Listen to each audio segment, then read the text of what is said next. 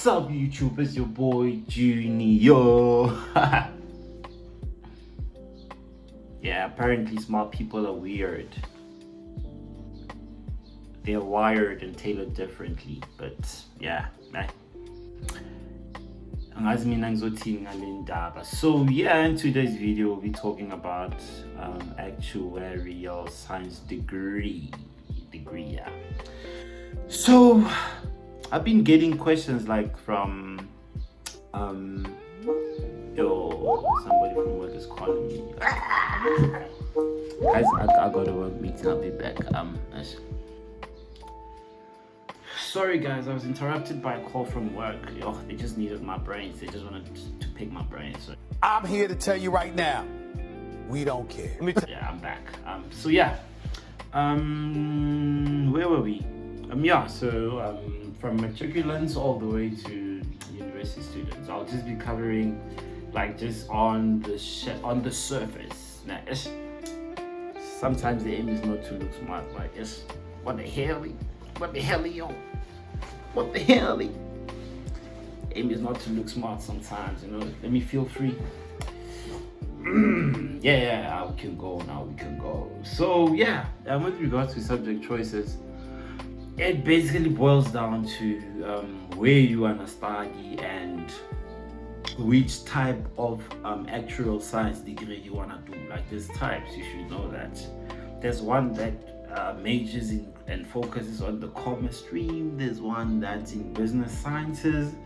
There's one that's Bachelor of Sciences. So basically you have to understand yourself. How are you tailored? What? Bro, what are you talking about, man? So the one I did was in BSc Actuarial and Financial Mathematics. So it's basically 2 degrees for the price of one. Shut up!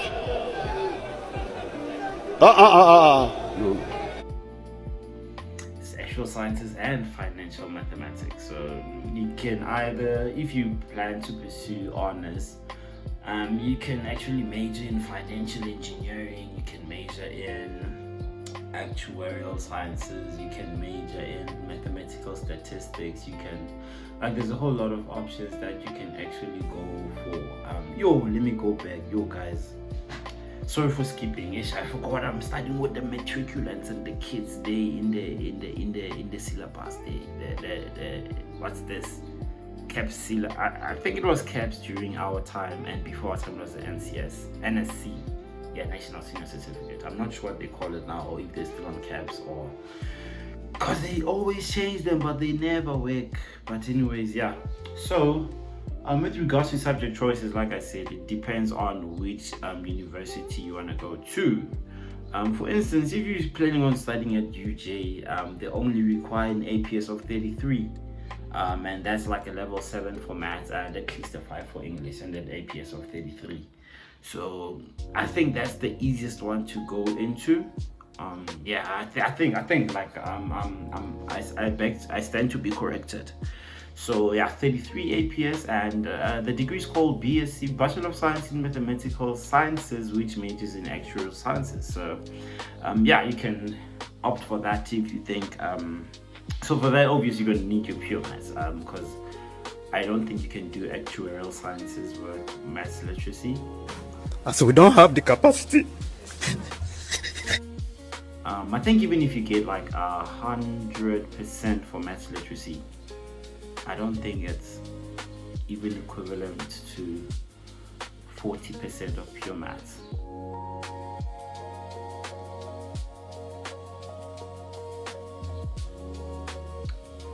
I don't think it's equivalent. I stand to be corrected. So yeah, you can't do actuarial sciences and maths literacy because of how complex it gets. Your summations, your trinomials, your binomials, your your anomalies, there's just a whole lot of mathematics that goes into play, and not necessarily if you take 5 bananas and 3 chocolates, how many milkshakes can you make now?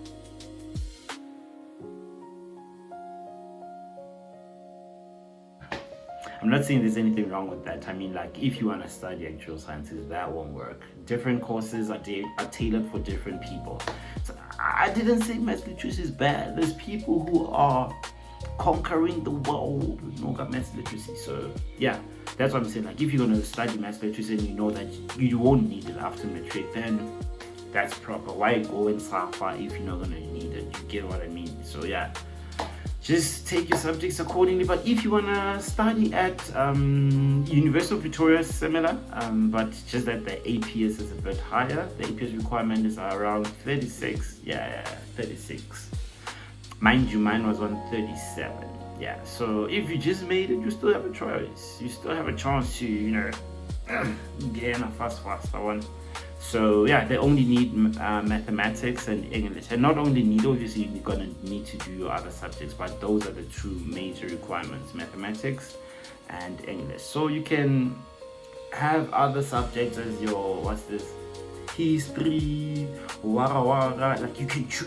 like you can choose the easiest subject so that you can increase your APS and points, so that you can increase your chances of getting admitted. So like directly proportionalism, if you feel me. You get me? Yeah, that's UP, and that's that's actuarial and financial mathematics. Then if you want to go study at Wits, that's the crazy one. Studying actuarial science at Wits is actually crazy. Like, when I sit down and think about it, it's crazy. Because what they really need is a level 7 for mathematics, level 7 for English, level 7 for physical science. Oh my God! Why do you need a level 7 for physical science to study actuarial sciences, which has nothing to do with your covalent bonds and your wavelengths and, like homogeneous, heterogeneous mixtures? Like, where's the correlation there? Like, I get that they say that if you get a level 7 for physics, that probably means you are capable to study actuarial sciences, you are smart, and they're trying to reduce the intake. But I feel like it's kind of unfair, because although I did physics and I did well, but I still feel like it's unfair. It's unfair. I got a level 6 for physics and a level 7 for mathematics, level 7 accounting, level 7 life orientation, and what is the level 7? Yeah, a couple of level 7s, but for the languages I got like level 5s. I got like 60s, it's in the 60s for English and Afrikaans. And had I said I wanted to like pursue that University of Witwatersrand, I wasn't gonna get accepted. I didn't get a level 6 for English. I mean a level 7 for English. But also, like, why do you need a level 7 for English, like, to go and do actual science? Like, like, our English is trying, but the medicine is there, So yeah, that's the one at the University of Witwatersrand. And yeah, it's a BSc as well, I think. Yeah, I stand to be corrected, but it's a BSc. Then you have University of Cape Town. University of Cape Town offers 2 actuarial science streams. I think I stand to be corrected. I think it's the Bachelor of Business. Yeah, Bachelor of Business actuarial science. Yeah. And they also have a BCom actuarial sciences. So I think that one is more tailored on, your commerce. As the degree states, BCom, like the BCom, Bachelor of Commerce, you feel me? So yeah, I think that one is much more tailored on people who like commerce, your economics, your economics and accounting, and more like econometrics, but it will still have the major star actuarial sciences for those who plan to pursue all the way to getting qualified as an actuary. There's like board exams, so you don't always write the board exams after you graduate and go start from scratch. So some universities offer exemptions. So like you can pass a certain module with a certain percentage, like in your exams, in your finals, and then you don't have to go and write it once you are done. Like you are exempt. You don't have to go and write it. Like it's like you did well there. Like so that's enough. Like there's no need to go and get tortured again. Like no besa food, nah. So yeah, that's about it. And also where was I? I have like short memory, guys. Like please try and remind me, where were we?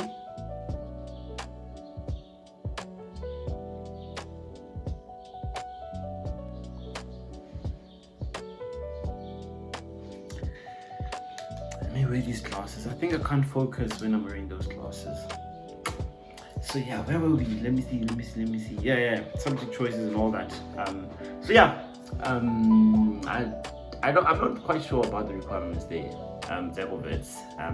But yeah, also for those students who don't really make it, I'm going to speak from my side, from my experiences.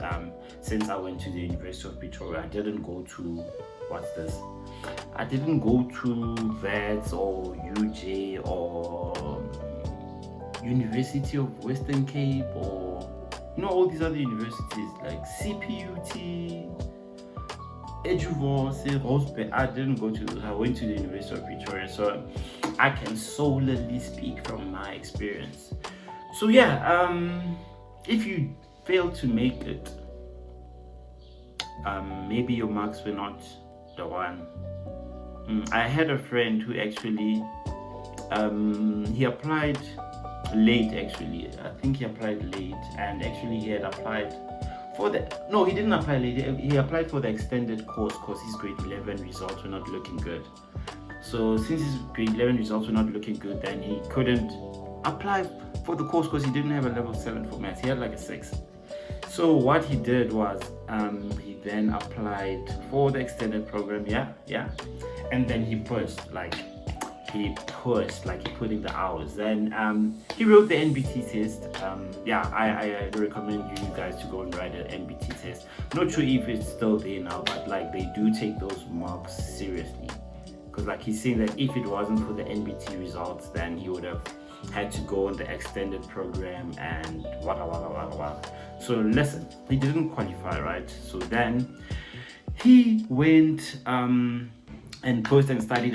Then come January, the results are his NBT results are good. Like he got like plus 70s for I think it's language and literature and mathematics and whatever. He got like 70 plus for those, of which is a good mark for NBT results. Then he got a distinction for mathematics, and so now he was qualified and his AP was good. Then he went to register in January for the extended program that he had applied for since he didn't qualify in grade 11. Then after applying, when he got to register in January, like he was there in the queues, and so he was next. And that admin lady was like, what's happening? What are you doing here? And he was like, no, I applied for this course because I couldn't qualify for that other course, the Actuarial Science course. And that was like the admin lady was like responsible for the registrar, and she was like, looking at your NBT, it's good, and looking at your matric results here, it's good. So I know of a way we can actually work this, rather than you coming and doing the long 4-year degree, So what happened was like they said apply for mathematical statistics. So since he didn't qualify and there was no more space in the actuarial fraternity or class, it was packed, but they said apply for mathematical statistics. Rather, suppose this for first year, make sure you pass all your subjects, because we already know that the students in the actuarial course that are actually going to fail. We know that that's a fact. Like they're studying actuarial sciences and they are going to fail. So like it's obvious. Like Just because you got an 18 metric doesn't mean that you're gonna get the degree, doesn't mean that you are going to go through the first semester. You can fail in your first semester, all subjects.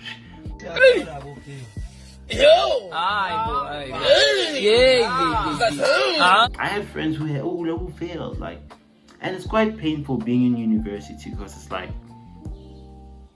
I'm not sure about like BA courses and all that, but I'm talking about like maybe engineering, actuarial sciences, chartered accountancy, like all these hard courses. I feel like you'd be having different friends every year. It's like, these are your friends now, right? And that one fails. If that one fails, obviously, he has to wait for the other kids.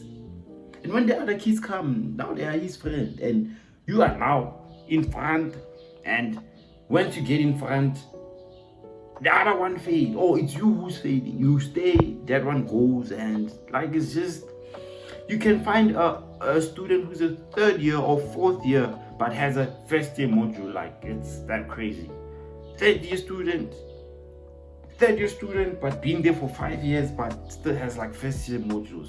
It's crazy. So yeah, it's just a mixture, like me and all. So yeah, back to the story. I'm deciding to register mathematical statistics with actuarial electives. So electives are modules that you can choose on the side. So like, this is your course is tailored like this, then you have the option and the liberty to like, I want to add that module, I want to add that module, I want to add that module, I want to add that module. So they took the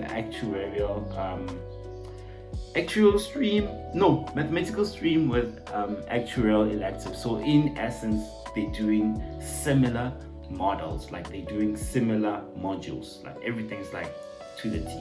So once these ones who are doing actuarial sciences fail, there's like, they become space in the class, you know, there's like space. It's like space. Let me say in the first year you guys are like 300, right? And in second year probably be like 200 or 220, 210 around there. Because some failed in the first semester and they have to wait for next year to start the semester so that they can pass and reopen the module for the second semester first year, but in their second year. So yeah, it's like crazy. So once it's like space, these ones now can apply. If you were a heavy hitter this side in the mathematical statistics side, you can now get in, because now there's space. You don't have to like go and do the extended 4-year course and push all the way and try and study and because like, yeah, I think it's more like a bridging course, like the 4-year one. You're gonna do first year. I think it's like when I was like at Mamelodi campus, you do your first year there. It's like the bridging course. You do like high school maths, sigma notation and all that. Then you come to the main one. Your second year is still your first year. Note that, because it's like in a way bridging course. Your second year is your first year.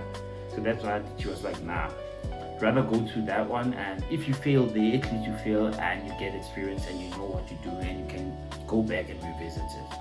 Yeah, so that's the plan, like to combat this whole, like if you don't qualify in grade 11, you can still qualify in yo guys, I talk too much, but you can hear my English that I got it. This one got a level 5, this one must have failed English was not my strongest point. Yeah, so yeah, then you qualify and all that, then back to the normal course. But how's the course actually like? Is actuarial science really hard? Is it really hard, or are people just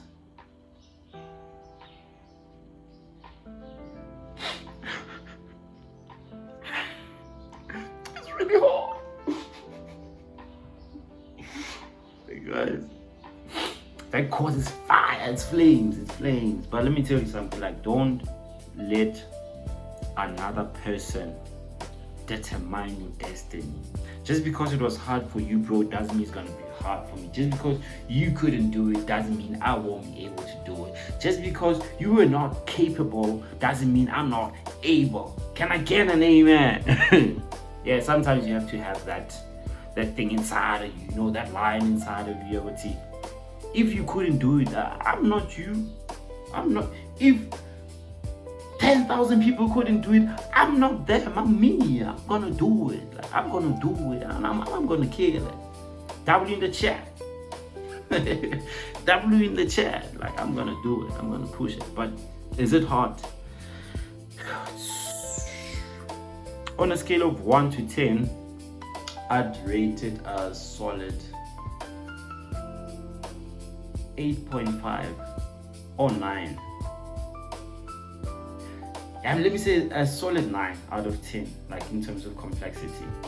Solid 9 out of 10. I wanted to study medicine and think I would have done better there, but I didn't have 7 years of studies. I don't have 7 years of studies. That's too long. That can't be me. So in your first year, you get modules like that's for University of Pretoria. At least you have like your C++. That's like programming. That's one of the subjects that shook me when I got there. Like, I don't want to be programming. And not knowing that a few years later, I'm actually coding every day, and that's like my requirement at work. Like, it's funny how things operate in life. Like, I used to be like, I don't want to code, I don't want to do this, but like sometimes you realize that life takes you in a different direction, and you're left with no option but to sorry guys, I'm working here. Let me just check a few things. And man, it's stakeholders. You know, stakeholders, they're always holding, they're always about the stake, but they never have the need. You feel what I'm saying? You feel me? Okay, nothing much is happening. So yeah, first year computer sciences, you got your financial accounting, you have your economics. So those are the first exemption modules: your economics, your accounting, and your statistics. Your statistics over like first year and second year. I'm not sure how the syllabus is right now. So yes, analysis, calculus. You have linear algebra in second semester. You have a whole lot of modules, like, and then second year you get your actuarial mathematics, and you get your statistics. Then you get your calculus. 218. It was 218 in my time. 218. You get your differential equations. You get your contingencies. You get I think that's about it. Oh, analysis as well. Analysis, guys, like university analysis, ne? Nah, it's kind of crazy, because like in first year, like it was okay for us. Like luckily we didn't write this MATLAB test that we had to like go and code and all. Like it was trappering. Luckily it was during the times of strikes and fees must fall, so like we dodged it by the bullet. They were like, okay, we can't write it because there's been strikes and blah. So we were given an afforded opportunity to write the test. Don't tell anybody. Don't tell anybody. Yeah, then second year statistics. I'd say statistics, just master. You need to master do as many questions as possible. Like that's actually the advice that I'd give to you. University modules and stuff. Just do as many question papers as possible. That's how you practice. Make sure you get like past papers, communicate with people, like liaise with people. You can't do it on your own. Like, what's here? Yeah, I'll see the paper when I get there. No, there's like past papers. There's like practice questions, practice exams. Talk to people. Like, I feel like the people that you meet in university are actually people that would actually make you or break you. You feel me? Cause like you'll be spending time with those people. And it's actually more fruitful if you spend time with people in your degree, because you'll be talking about similar stuff. Like, kobulela eng le motho a irang BA, for instance. You know what? Ka 1970, mamang we really whereas I'm out here on some. You really have to solve that time value for money chains. Like, there's a lot going on there. Time value for money. mind is one of the subjects that you do. It's not a subject, but it's a topic in like actual mathematics. But yeah, actually, and then there comes third year analysis. Third year analysis, like you be proving things that you don't even know what you're proving. Like prove that 1 plus 1 is equals to 2. How must I prove it? It's been like that. That time they prove is this size, and if you forget a reasoning, the uti explain uti. This is why I'm saying this. It's shy. So we see you wrote it, but what's the reason behind this? It's shy. It's shy. And let me see. Third year statistics. Okay, third year statistics that shy is like 322. If you're from University of Pretoria, 322 is actually crazy. Like that's actuarial statistics, where you get like game theory and prisoner's dilemmas, and that's a crazy one. That's a crazy. The first semester one, the 312, is not that bad. It's okay. It's like okay. Then there's also other stats. I think there's like 4 stats subjects that you do in final year. The other 3 are okay. Multivariate analysis is okay. 312 is okay. I think it's stochastic statistics. Stochastic statistics is okay. 322.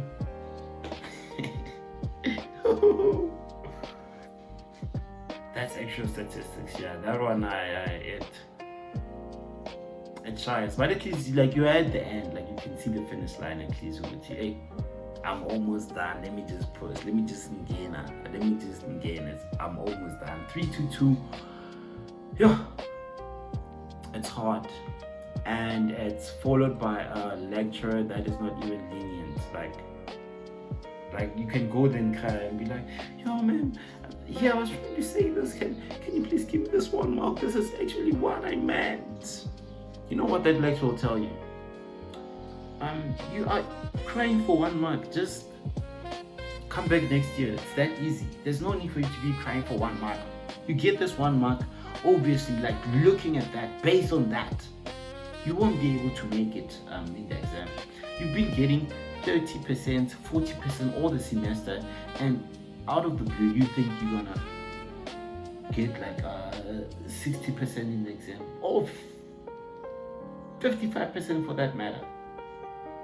Nah, you'll start again next year. You are not cut for this degree. So yeah, guys, like I've answered most of the questions. Like I've been trying to answer, because I've been getting questions on which modules should I take, which subjects should I take in university, how do I go about being an actuary, how do I, because yeah, there's also like students who graduated with like a BSc in mathematics, or a BSc in mathematical sciences, or BSc in whatever, or BCom mathematics, or not BCom mathematics, that's crazy, BCom actuarial sciences, and you know, and they're asking how do I go about qualifying as an actuary. Like you just need to like register with the board, the Actuarial Society of South Africa, then you can pursue your exams from there. Like you can pursue exams from the Actuarial Society board. Yeah, you can like go and write the exams there. Then once you are done, I think the first level is like the technical level. Once you're done with your first exams, the first level is like the technical, then you grow all the way to, you know, your masters and your masters. But yeah, I think I've covered a couple. So I'll like keep doing these videos just to, you know, give an advice on. I know I said a whole lot of nothings, but maybe somebody will hear me though. Let me wait. It's time to look cool. It's time to look cool. I might have said a bunch of nonsense, you feel me? But I feel like a couple of people are gonna, you know, take my 2 cents, you feel me? They're gonna hear what I'm trying to say, you feel me? I'm here to tell you right now, we don't care. It might inspire 1 or 2, you feel me? Know what I'm saying? But yeah, guys, the degree overall is beautiful. It's really beautiful. I think in the next video I'll start talking about like career choices, options that you have, like once you're done with the degree, is it really necessary to pursue an honors in actuary? I also touched on that. I didn't pursue an honors in actuary, and I must say I'm doing well. Yeah. And I saw a couple of videos from that sister, like my Bonnie, life reset with Bonnie, yeah, and looking at some of the pages of people who graduated in actuarial sciences and have honors, I must say, don't tell anybody. I'm earning more than some of them. Honors with actuarial sciences. So yeah, I mean, like, life doesn't have a formula. It depends on how you tailor your life, you know, because some people job hop, some are getting like exponential increases as they're changing companies. Some are just chilling, like they wait for their 5% increment and, you know, their 5,000 yana bonus, and yeah, but life has no formula. I think I'll tell you about companies I've worked for, or maybe I shouldn't disclose since I'm still there. Yeah, Popia Act. I won't tell you guys. So yeah, guys. Also, like, you can like drop your questions in the. I'm actually thinking I'm on Twitch and stuff. You can drop your comments in the comment section of this video, wherever it is, like whether it's YouTube or wherever, and I'll answer your questions. Yeah, that's it from me, like, guys. That was like my bunch of nothings. But yeah, guys, I think that's my 2 cents for today. But yeah, the degree overall, I think it's doable. Don't let people discourage you. Yeah, I mean, if you believe in yourself, you can do it. I'm not that like geek and smart person and all that, but I did manage to like conquer. I nearly said conquer the edge. That's first, no. Yeah, but I did manage to fly at UP, you know. So go for it. If you feel like you can get that 80% in grade 12 in your finals, and you're depending on the university you want to study at, and you qualify, I'd highly recommend Ubangene. Life after graduating is so nice, like, guys, like, so nice. Like, you get to do whatever you want, whenever, however, like, forever. So yeah, guys, I've been talking. I'll actually need to like go and cut this video, clip it here and there, so that we can be like one last small video. So any questions, you let me know, guys. It's your boy, let's go.